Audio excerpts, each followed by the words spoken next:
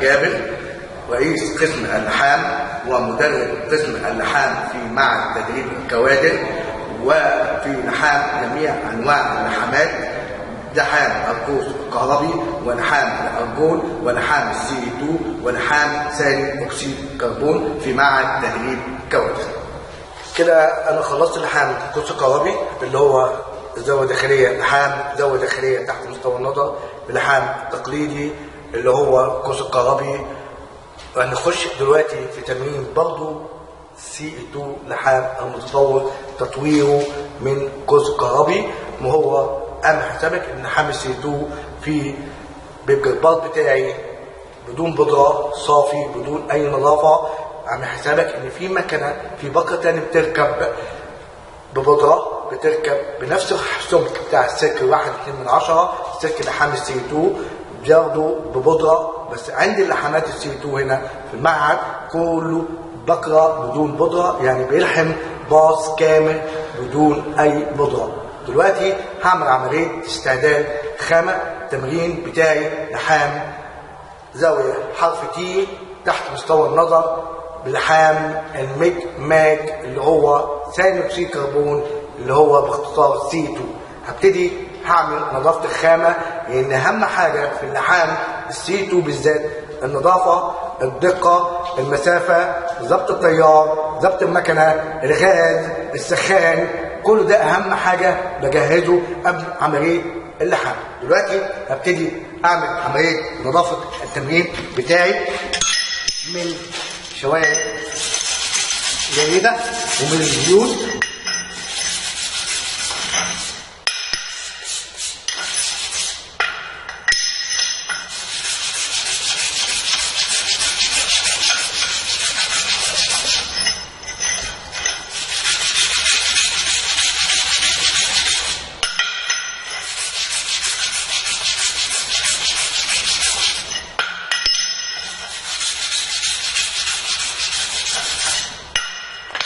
كده انا نظفت التمرين بتاعي. ليه بعرفك بتنظف تمرين جيد؟ على اساس انك انت لو اشتغلت في الشغل بره في الشركات، كأن الشغل اهم حاجه في الشركات النظافه، الضبط، استعداد، خلط الباص اللحام نظيف، نظافه الباص، نظافه الباص الاولاني قبل الثاني، نظافه الثاني قبل الثالث. لاني عباره عن ايه؟ ممكن اعمل لما اجي اخد التمرين بتاعك واعمله تيست، عارف التمرين بتاعك اللحام خط الباص بتاعك 100 بس لما اجي اعمله باص اعمله تيست هلاقي فيه عيوب مش بتظهر. شفت عضو القصب لما بتمسك عضو القصب كده بتلقاه نظيف، بس لما تيجي تكسره يكون فيه سيوز. نفس اللحام بتاعك الباص نظيف و100 وشكله حلو، بس هعمل له تيست UT او BT او RT هيبان عندي فيه عيب. كده انا نظفت الفرشه، بالتالي هعمل عمليه استعداد خام.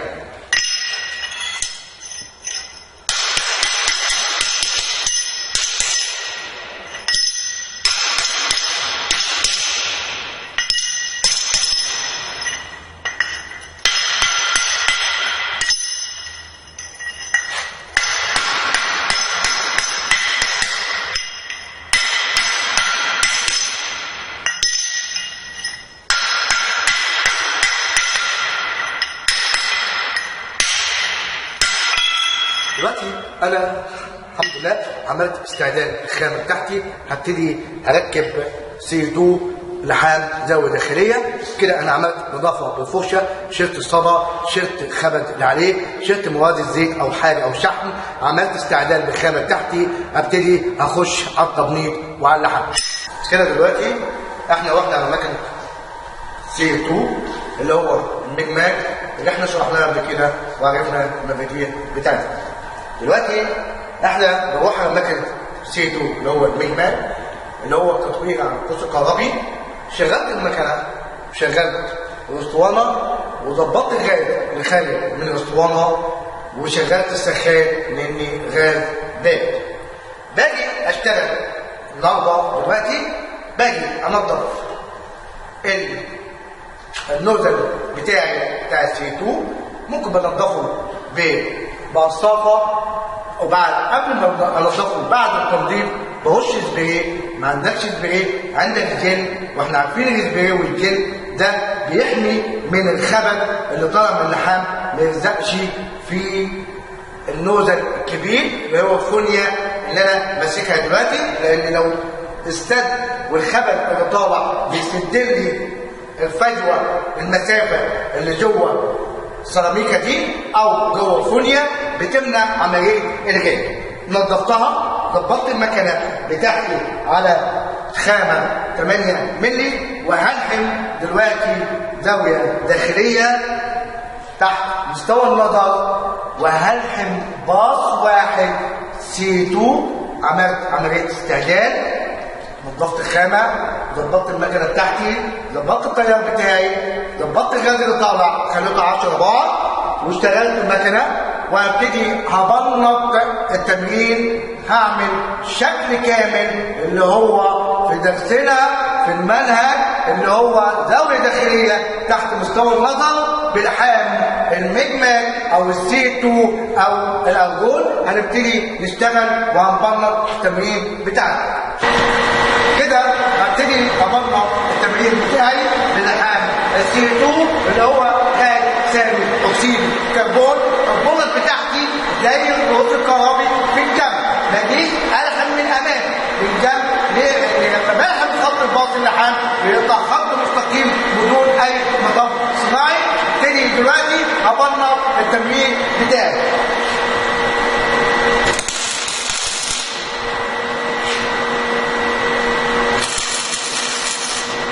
كده انا بنطت التمرين بتاعي اللي هو زاويه داخليه من زاويه داخليه تحت مستوى النظر، وهو اللحام C2. هنبتدي اعمل عمليه لحام C2 تحت مستوى النظر زاويه داخليه.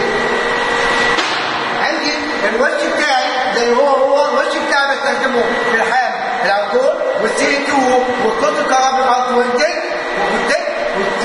والمجمل نفس الوش، بس لازم يكون الوش بيلبسه على دماغي بنفس الوضع ده ويكون متحرك، لان C2 لما باجي الحم في جميع الاوضاع بيكون ايدي الاثنين ماسكين بيها. الطرش بايدي اليمين بيكون ماسك الطرش بتاعي وايدي على التراب، وايدي الشمال ماسكه من قدام عشان النفس والحركه بتاعتي بتوزن الطرش بتاعي بالهزه بتاعتي. هبتدي الحم اول باص وهو الباص بتلك الحام C2، وابتدي الحم. اعمل حسابك ان الحام C2 اللي هو التطوير عن القطر الكهربي. القطر الكهربي لما باجي الحم بالسلك بجميع الاسلاك 3 4 5 ببتدي من الشمال لليمين. خلي بالك من النقطه دي. اللحام القطر الكهربي لما بشتغل بالسلك والطرود ببتدي من الشمال لليمين. عندي C2 ببتدي لحامي من اليمين للشمال. خلي بالك من النقطه دي. مفيش جميع اللحامات كلها من اليمين للشمال ما عدا القوس الكهربي اللي بلحمه من الشمال لليمين. دلوقتي هبتدي الحم الباص الاولاني بلحام المجمل اللي هو C2 اللي هو ثاني اكسيد كربون زاويه داخليه تحت مستوى النظر.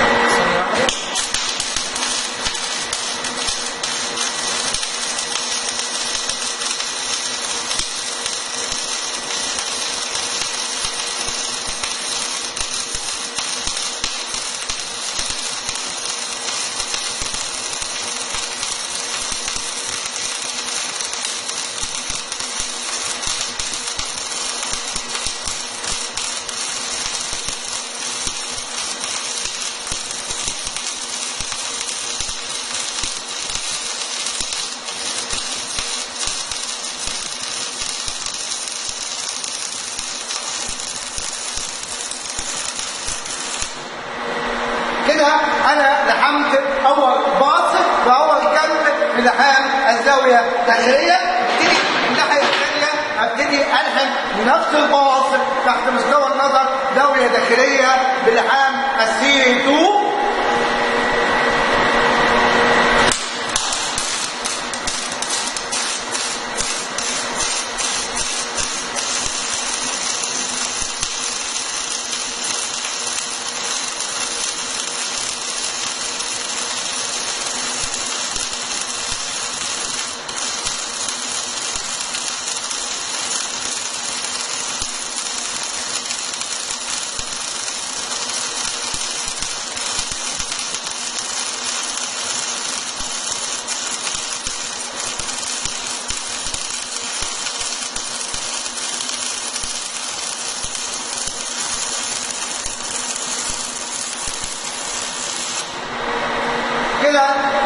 كانت انتهيت من اللحام تحت مستوى الدوره الداخليه بلحام السي 2. ده بيديني لحام صافي بدون اي بودره. ببتدي بعمل ايه؟ النظافه بتاعته بفرشه سلك بنضفه زائد بالماء واحطه بالميه وادي اللحام قدامكم واصل زاويه داخليه تحت مستوى النظر. تحت مستوى النظر من الجنب الاولاني اهو، والجنب الثاني بيديني لحام صافي بدون اي بودره. ببتدي اعمل عمليه فصل التمرين وهو سخن. ببتدي انضفه بفرشه السلك، وبعد ما بنضفه بفرشه السلك ببتدي احطه في الميه.